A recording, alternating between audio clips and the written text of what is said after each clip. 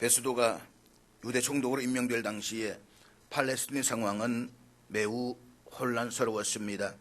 지방에서는 관리들이 법과 질서를 형편없이 어겼고 유대 열심 당원들을 중심으로 한 반로마적 반란과 소요가 증가했습니다. 전임자 벨리스 총독이 총독의 자리를 박탈당하고 그 직무를 그만두게 된 것도 유대인들의 반란을 진압하는 과정에서 유대인들을 차별하여 지나치게 탄압했기 때문이었습니다. 이러한 때에 신임 총독, 유대 총독으로 부임한 베스도는 유대인들을 의식한 유연하고 아량 있는 정치를 펴야만 했습니다. 벨릭스에게서 자신에게 넘겨진 바울의 재판 문제도 이런 여러 상황에 비추어 보았을 때에 신중하게 다루어야 할 문제였습니다.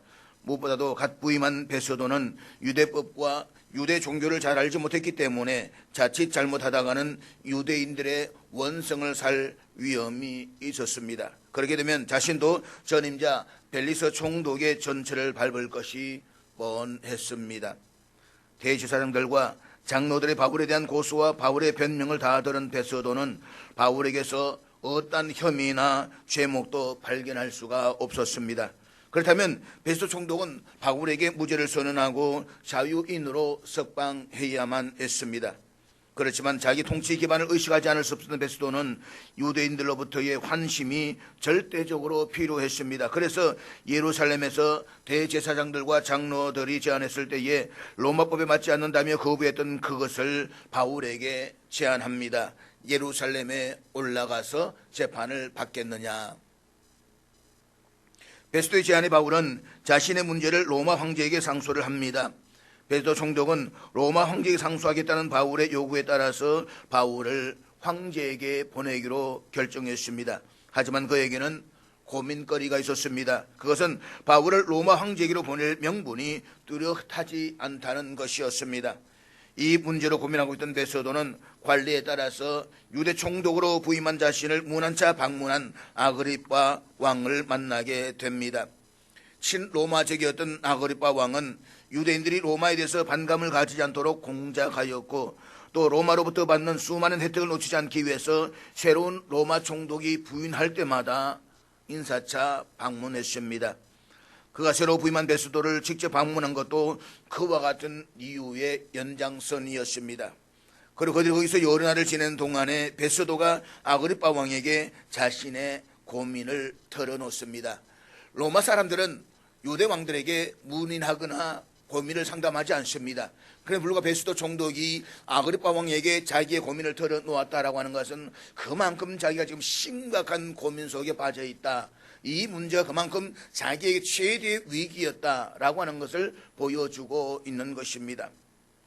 베스도는 전임 총독 벨리스가 바울을 구금해 두었다는 것과 또 예루살렘에서 대제사장들을 비롯한 유대의 유력한 자들이 바울을 고소했다는 것, 그들의 요청을 거절하고 가이사랴에서 재판하였으나 자신이 짐작한 것 같은 중대한 사건이 아니라 유대인들의 종교와 예수의 부활에 대한 것뿐이었다는 것, 그래서 예루살렘에 올라가서 재판을 받으라는 자신의 제안에 바울이 황제에게 호소했다는 것 등을 자세하게 이야기했습니다. 베스도 총독이 바울에 대해서 이렇게 상세하게 이야기한 것은 바울의 상소와 관련해서 황제 법정에 제출할 보고서를 작성하는 데 조언을 구하기 위함이었습니다. 베스도 총독의 말을 다 들은 아그리빠 왕은 자신이 직접 바울을 말을 듣겠다라고 요청하고 이에 베스도가 허락하여 다음날 재판이 개정이 됩니다. 그런데 바울이 로마 황제에게 상소함으로써 재판은 이미 사실상 끝났습니다. 때문에 아그리빠 왕이 어떠한 견해도 바울의 상소 요구를 번복시키지는 못합니다. 그런 점에서 이날의 신문은 유죄나 무죄를 따지고 형량을 정하는 재판이 아니라 일종의 청문회였다는 것입니다. 그리고 이 청문회의 목적은 황제에게서 보낼 바울의 죄목을 찾으려는 데에 있었습니다. 오늘의 본문은 그와 관련되어 되어진 일들로서 청문회에 참석한 사람들에게 바울을 소개하고 있는 내용입니다. 그런데 오늘 본문에는 저마다 성격이 다른 여러 부류의 사람들이 등장합니다.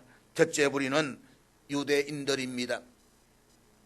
바울을 고소한 유대인들, 이들은 당시 유대 사회에서 최상위 계층에 속한 유력한 사람들이었습니다. 이들은 매주 유대 율법에 따라 성전에서 각종 제사를 주도하던 대제사장들을 비롯한 최고의 종교 지도자들이었습니다. 그런데 그토록 오랜 세월 동안 하나님 앞에 제사를 드렸음에도 불구하고 그들이 드렸던 제사가 그들의 어떤 삶의 변화도 가져다 주지를 못했습니다. 그들은 시기와 질투에 가득 차 있었고 바울을 정하는 마음으로 꽉 차 있었습니다. 그리고 아주 덜 끓는 듯한 불붙는 정오심으로 뭉쳐 있었습니다. 그리고 그들은 어떤 방식으로든지 어떤 제목을 만들었더라도 베스도 총독을 총동질하여서 의로운 바울을 죽이려고 했습니다. 대제사장들과 유대 종교 지도자들의 바울을 반드시 없애려고 했던 이유를 한마디로 말하면 바울이 살아있는 한에는 자기들이 죽는다라고 생각했기 때문입니다. 이것은 마치 예수님과 가야바의 관계와도 같습니다. 대제사장이었던 가야바는 예수님을 죽여야 자기가 산다라고 생각했습니다. 저 한 사람이 없어짐으로 말미암아서 우리가 평화를 누린다라고 생각했습니다. 그러나 이것은 지극히 잘못된 생각입니다. 실상은 예수님을 살려야 가야바도 삽니다. 진실하게 말하자면 예수님을 살리고 예수님을 영화롭게 해야 자기도 사는 것입니다. 그렇지만 가야바는 예수님이 없어져야 자기가 살 수 있다라고 생각했습니다. 얼마나 악하고 잘못된 생각입니까? 그런데 이것이 멸망의 길로 가는 어리석은 자들의 생각입니다. 멸망의 자식들은 꼭 이렇게 생각합니다. 예수가 없어야 내가 살고 예수를 죽여야 내가 살 수 있다. 이것처럼 어리석은 생각은 없습니다. 그런데 이처럼 남이 죽어야 내가 산다는 생각은 유물사관의 이론입니다. 공산주의 이론인 것입니다. 공산주의에서는 상대방을 죽여야 내가 산다는 생각을 합니다. 상대방이 누리고 있는 것을 빼앗아야 내가 누릴 수 있다라고 생각을 합니다. 제가 의인이냐 죄인이냐라고 하는 것은 알 바가 아닙니다. 그런 것은 깊이 생각하지도 않습니다. 단지 내가 살기 위해서는 저를 죽여야 하고 내가 누리기 위해서는 저가 누리고 있는 것을 빼앗아야만 합니다. 우리 사회에서도 이런 생각을 가지고 있는 사람들이 많이 있습니다. 부자의 것을 빼앗아야 가난한 자가 살고 착취해야 내가 산다는 생각들을 가지고 있는 이 유물론적 사관, 공산주의적인 사관을 가지고 있는 사람들이 얼마나 많이 있는지 모릅니다. 이것은 기독교 신앙과는 정반대인 것입니다. 기독교 신앙은 함께 잘 살아야만 합니다. 내가 못되어도 상대방은 예수 그리스도 안에서 구원받고 잘 되어야 한다고 생각하며 실천적인 삶을 사는 사람들이 바로 그리스도인들입니다. 우리는 이 사실을 결코 잊지 말아야만 합니다. 두 번째 부류는 베스도입니다. 이 사람은 로마 총독입니다. 큰 권한을 가지고 있습니다. 아그리파 왕이라고 말하지만 실적으로는 모든 권한과 행사는 이 베스도 총독에게 다 있습니다. 누가 무슨 말을 한다라고 해도 마지막 결정은 베스도 총독이 해야만 합니다. 또 모든 책임은 베스도 총독이 지는 것입니다. 그런데 그는 지금 큰 고민에 빠졌습니다. 왜냐하면 바울에게서 어떠한 제목도 찾지 못했기 때문입니다. 또한 바울이 황제에게 상소했기 때문에 황제에게 바울을 보내야만 했습니다. 그런데 그렇게 보내려면 문서로 그 죄목을 기록해서 보내야만 했습니다. 문제는 쓸만한 죄목이 없습니다. 쓸 죄목이 없다는 것은 죄가 없다는 말인 것입니다. 그렇다면 베스도가 취해야 할 행동은 분명합니다. 그것은 바울에게 무죄를 선언하고 자유인으로 석방하는 것입니다. 그러면 다 끝나는 것입니다. 그렇지만 이 사람은 정치적인 인물입니다. 전임 벨리스 총독의 잘못으로 로마 제국과 유대인들과의 관계가 악화되어 있습니다. 로마 황제가 자신을 유대 총독으로 임명한 것도 이 문제를 해결하는 데에 적임자라고 판단했기 때문이었을 것입니다. 그렇기 때문에 베스도가 총독으로 부임해서 해결할 가장 우선적인 문제는 유대인들과의 관계 회복입니다. 그러니 죄가 없는 바울을 석방하지도 못하고 그렇다고 대놓고 불의를 일삼는 유대 종교 지도자의 요구를 들어줄 수도 없습니다. 그래서 베스도는 큰 고민을 하고 있습니다. 본문에는 아주 간단하게 나타나 있지만 베스도의 마음은 착잡합니다. 이것을 어떻게 해결해야 하나? 그는 지금 이 문제를 놓고 고민하고 있습니다. 그에게는 바울의 인권이나 바울이 당하는 불합리함에 대해서는 전혀 염려하지 않습니다. 오히려 그가 염려하는 것은 자신과 유대인들과의 관계에 문제가 생기는 것입니다. 그리고 그로 인해서 황제로부터 무능한 관리로 낙인이 찍혀서 총독의 자리에서 쫓겨나는 것이었습니다. 세 번째 부류는 아그리빠 왕입니다. 아그리빠 왕에 대해서는 지난 주일에 말씀을 드렸습니다. 그는 유대의 분봉왕입니다. 어디까지나 헛수고의 아비와 같은 존재이지만 그래도 로마 제국이 인정하는 유대 나라의 왕입니다. 이 사람은 호기심이 많은 사람입니다. 그는 호기심에 바울을 만나려고 합니다.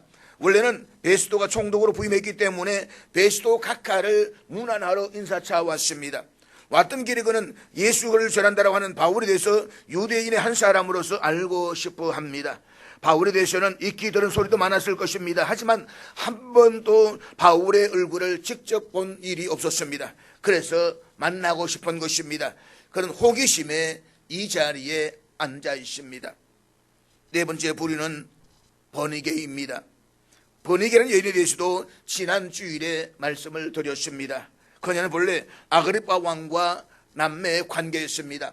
아그리빠 왕보다 2살 아래의 동생이었다는 것입니다. 그럼에도 그녀는 오빠 아그리빠 왕과 동거에 들어갔습니다. 거친 상간인 것입니다. 철저하게 도덕성이 결여된 여자였습니다.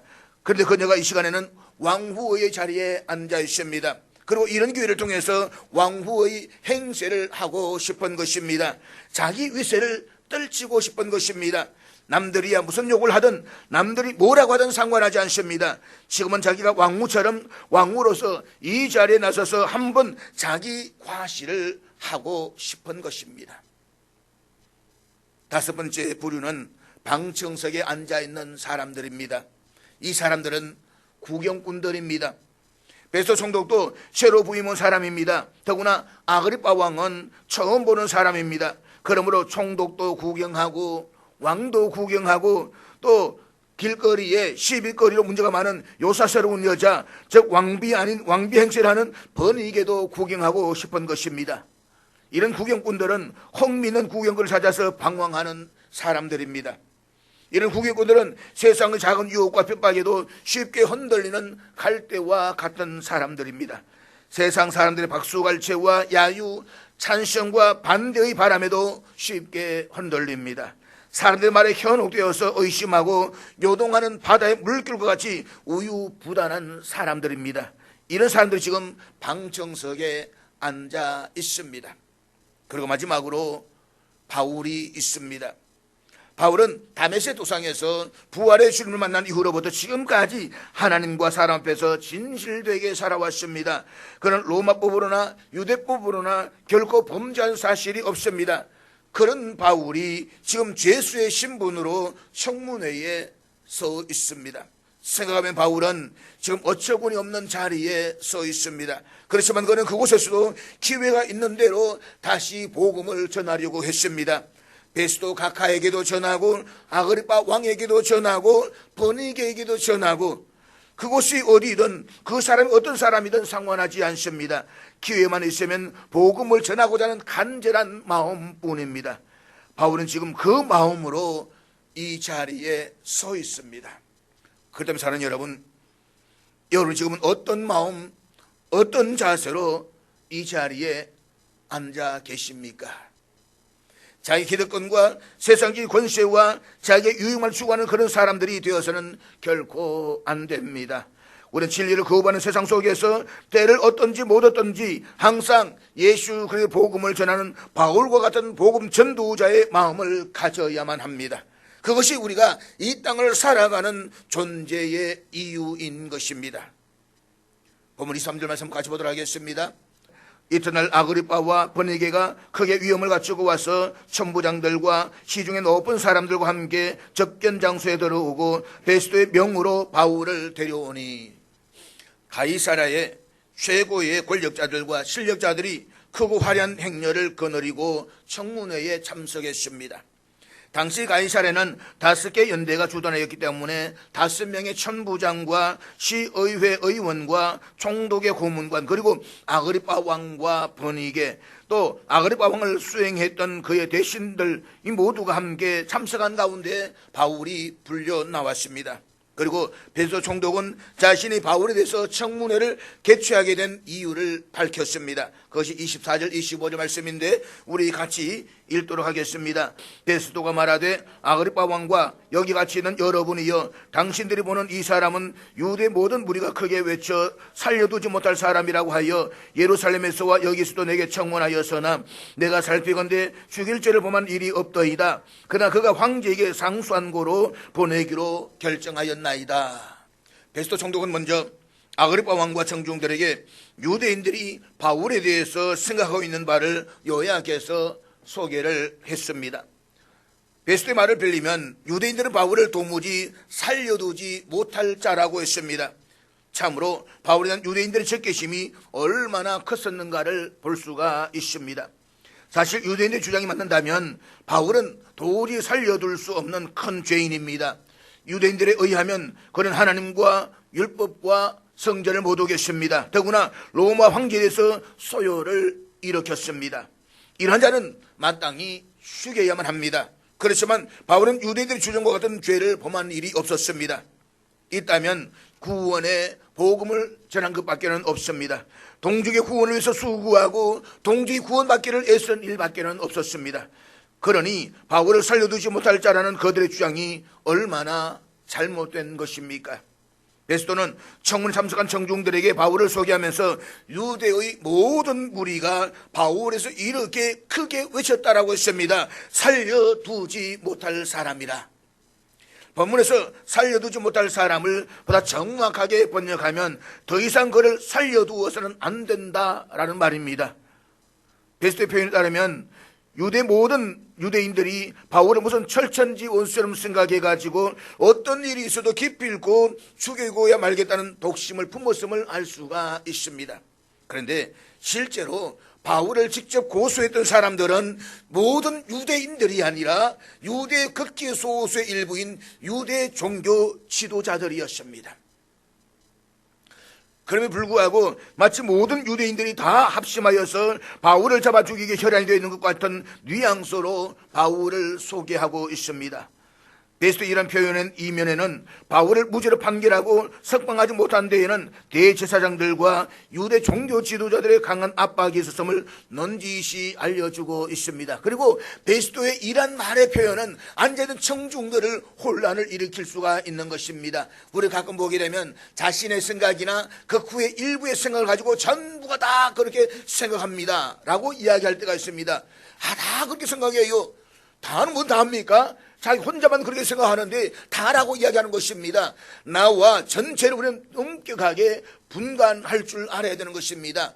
잘못함으로 얘기해가지고 잘못된 판단을 일으키는 경우들이 얼마나 많이 있습니까? 오늘 베스도는 청중들에게 모두를 이야기합니다. 모든 유대인들이. 그러나 아닙니다. 유대 종교 지도자들 극히 일부가 지금 이야기하고 있는 것입니다. 그가 지금 이렇게 이야기하고 있는 것은 여기 앉아있는 유대 종교 지도자들 극히 의식했기 때문이다 라고 하는 것입니다.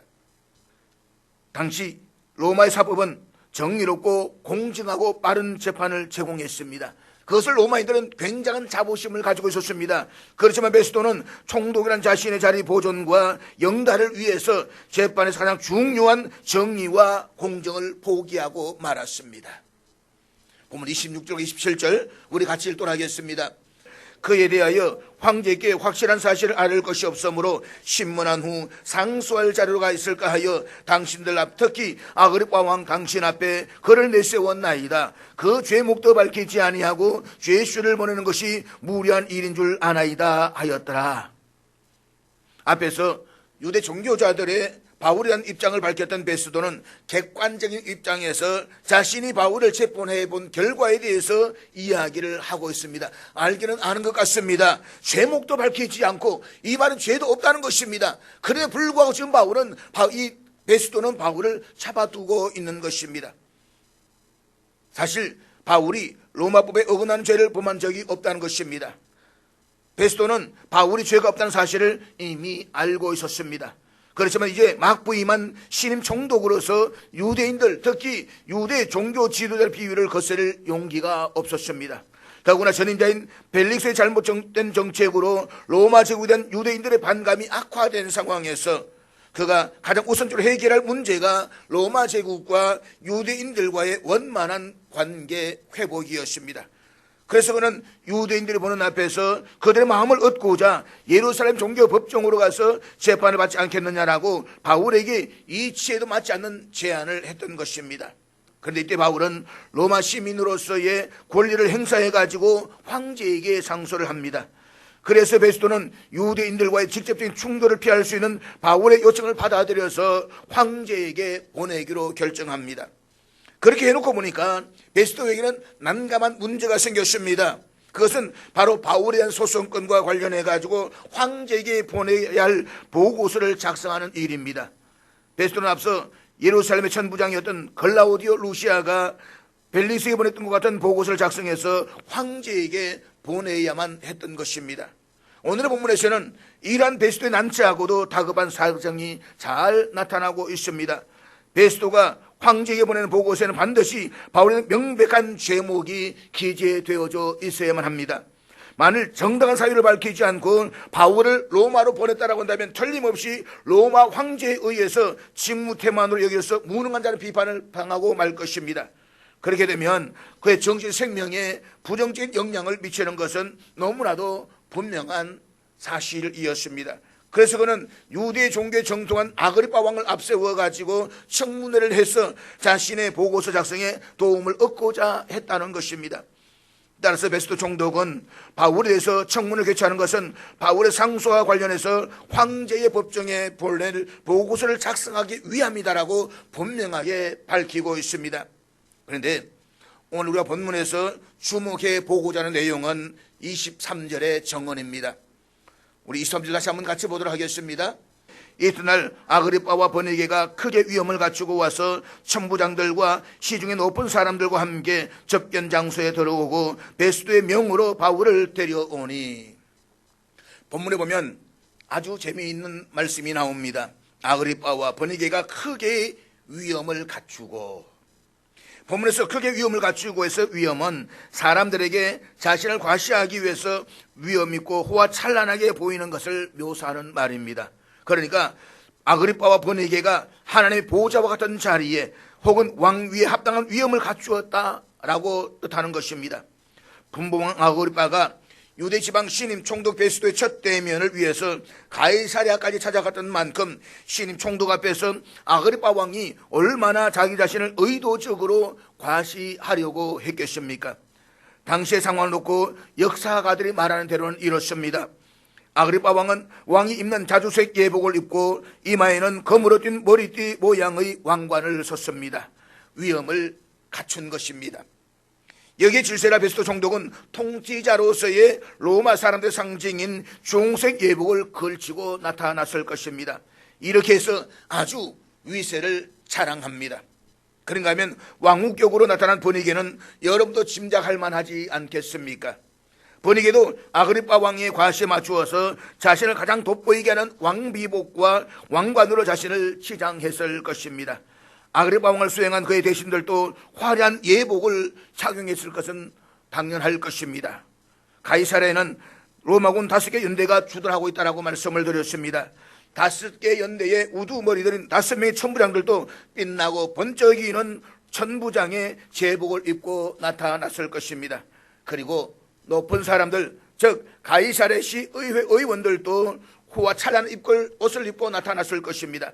한마디로 청문회장은 저마다 화려한 옷을 입고 자신을 과시하는 사람들의 자기 과시 경연장이었습니다. 바로 그 자리에 바울이 불려 나왔습니다. 화려한 옷을 입은 고관 대작들 앞에 선 바울의 모습을 한번 상상해 보십시오.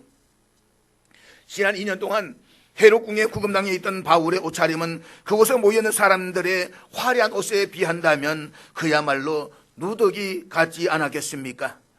2년 동안 구금당에 있던 바울의 얼굴은 또한 얼마나 초췌했겠습니까? 수염이나 머리인들 제대로 가다듬을 수가 있었겠습니까? 특별히 바울의 모습에 대해서 역사가들은 이렇게 그리고 있습니다. 바울은 초라했다. 죄수의 옷을 입었고 손에는 쇠사슬이 묶여 있었다. 그는 작은 키요 대머리요 눈썹은 짙었고 코는 꼬부라졌으며 다리는 안짱다리로 휘어져 있었다. 아주 지극히 초라한 모습이었다. 상상이 가시겠습니까? 바울은 보기에 참으로 민망할 정도의 초라한 외모를 지닌 죄인으로서 고관들 앞에 서 있었을 것입니다. 그 보잘것없는 바울의 몰골은 호화찬란한 옷을 입고 저마다 자신을 과시하는 본문의 사람들과 비교하자면 마치 거린과 같았다라고 해도 과언이 아니지 않겠습니까? 하지만 사랑하는 여러분, 우리 그리스도인들의 구별된 눈과 마음으로 이 청문회 장을 다시 한번 들여다 보십시다. 저마다 호화찬란한 옷을 입고 자신을 과시하는 사람들과 그들 앞에 불려나온 초라한 몰골의 바울 가운데 누가 정녕 더 아름답습니까? 누구에게서 아름다운 향기가 배어 나오고 있습니까? 누구의 삶이 우리를 더 감동시키고 있습니까? 우리가 과연 본받기를 원하는 사람이 누구입니까? 두말할 것도 없이 비록 보잘것없는 몰골일망정 바울 아니겠습니까? 아그리빠 남매를 필두로 해서 베소 총독을 비롯한 가이사랴 유력한 인사들이 뒤따라 들어오는 화려한 행렬은 눈이 부실 정도였을 것입니다. 하지만 그들의 지위와 화려한 의복과 장엄한 의식 뒤에 감춰진 모습은 부도덕과 불륜으로 가리워진 죄악상 그 자체였습니다. 화려한 옷을 입고 저마다 자신을 과시하는 사람들의 옷을 벗기고 그들의 삶을 한꺼풀 벗겨낼수록 수악한 욕망에 찌든 악취만 진동했을 것입니다. 실로 가정스럽기 이를 데 없는 모습이었습니다. 그렇지만 비록 초라하기 거지없는 몰골일망정 바울의 삶은 파헤치면 파헤칠수록 생명의 향기가 더욱 짙게 스며들어설 것입니다. 그 이유가 무엇이겠습니까? 바울이 밑가지의 삶을 산 반면에 저마다 호화찬란한 옷을 입고 자신을 과시하는 본문의 사람들은 윗가지를 추구하는 욕망의 사람들이었기 때문입니다. 바꾸어 말씀을 드리면 바울이 생명의 질서와 법칙에 충실하였다고 한다면 나머지는 생명의 질서와 법칙을 역행하는 사람들이었습니다. 나무를 한번 보십시오. 나무는 생명의 질서와 법칙을 거스르는 법이 결코 없습니다. 오래되고 강한 가지일수록 밑가지가 되고 맨 윗가지는 가장 나중에 나온 가장 여린 가지의 차지가 됩니다. 해가 바뀌면 새해에 새로 나온 가지가 다시 맨 윗가지가 됩니다.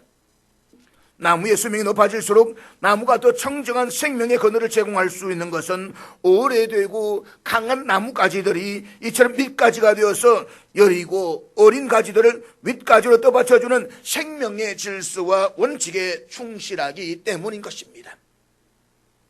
만약에 오래되고 강한 가지들이 자기가 오래되고 강하다라고 해서 윗자리를 차지하는 윗가지대로 한다면 그 나무는 가지들의 무게에 의해서 꺾여서 죽고 말 것입니다. 또 새해가 되었는데도 작년에 맨 윗가지가 여전히 맨 윗가지 그대로 있다라고 한다면 그 나무도 죽은 나무입니다. 죽은 나무는 결국에는 썩어져 없어질 뿐 다시는 생명의 그늘을 제공하지 못합니다. 사랑하는 여러분, 바울은 주님의 부르심을 받은 이후로부터 지금까지 단 한 번도 윗가지가 되려고 해본 적이 없었습니다. 어디에서든 자신이 복음을 전했다라고 해서 자신의 기득권을 주장하면서 윗가지로 군림하려 한 적이 없었습니다. 바울은 언제나 복음의 증인으로서 복음 위에 사람들을 세워주는 밑가지의 삶으로 일관했습니다. 그래서 바울이 가는 곳에는 늘 생명의 역사가 일어났고 비록 초라하고 소랑짝이 없는 몰골일망정 그의 삶 속에서는 생명의 향기가 진하게 스며져 나왔습니다. 그렇지만 저마다 호화찬란한 옷을 입고 자기 자신을 과시하던 본문의 사람들은 윗가지를 지향하는 욕망의 사람들이었습니다. 더 높은 위까지가 되려고 하거나 현재 자기가 차지하고 있는 위까지의 자리를 놓치지 않고 고수하려던 사람들이었습니다. 이 세상 사람들의 대립과 분열, 다툼은 모두가 윗가지가 되는 사람들로부터 야기됩니다. 생명이 생명 위에 군림하는 윗가지가 되려고 하면 생명은 왜곡되고 부정당하고 죽음과 동의어가 됩니다. 이미 생명의 질서와 법칙에서 벗어나 버렸기 때문인 것입니다. 생명의 질서와 법칙에서 벗어난 사람들은 아무리 호와 찬란한 옷을 입고 자신을 과시해도 마치 죽어서 썩어져가는 나무와 다를 바가 하나도 없습니다. 생명은 생명을 위한 밑가지가 되므로써 그 가지가 극대화되는 것입니다. 잊지 마십시오. 그리스도인은 바울처럼 밑가지로 살아가는 사람들입니다. 그리스도인들은 주님 안에서 부단하게 자기를 기억해 나가는 사람들입니다. 다시 말해서 세상 사람들처럼 윗가지가 되려는 자기를 부인하고 주님 안에서 자기들을 위한 밑가지로 살아가는 것입니다. 저마다 후와 찬란한 옷을 입고 자신을 과시하던 본문의 권문 세도가들처럼 윗가지인 사람들은 자기 손으로 교회와 사회를 허물어뜨리는 사람들이지만 비록 보잘것없는 몰골일 망정 바울처럼 다른 사람들을 위해서 밑가지 살아가는 사람들에 의해서 교회도 사회도 가정도 청정한 생명을 유지할 수가 있는 것입니다. 사랑하는 여러분, 좋은 교회는 건강한 가지들이 많은 교회입니다. 그래야 생명의 균형을 유지하면서 교인들의 신앙이 어떤 비바람에도 흔들리지 않는 뿌리 깊은 나무로 성숙해 갈 수가 있습니다.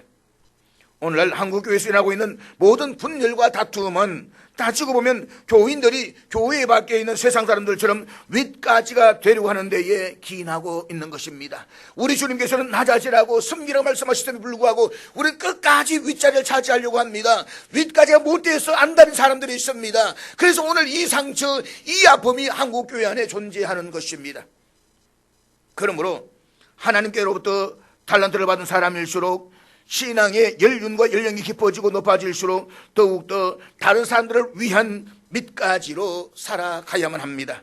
바로 그것이 교회가 세속화되어 버린 이 암울한 시기에 그리스도인들이 반드시 실천해야 할 삶의 자세인 것입니다.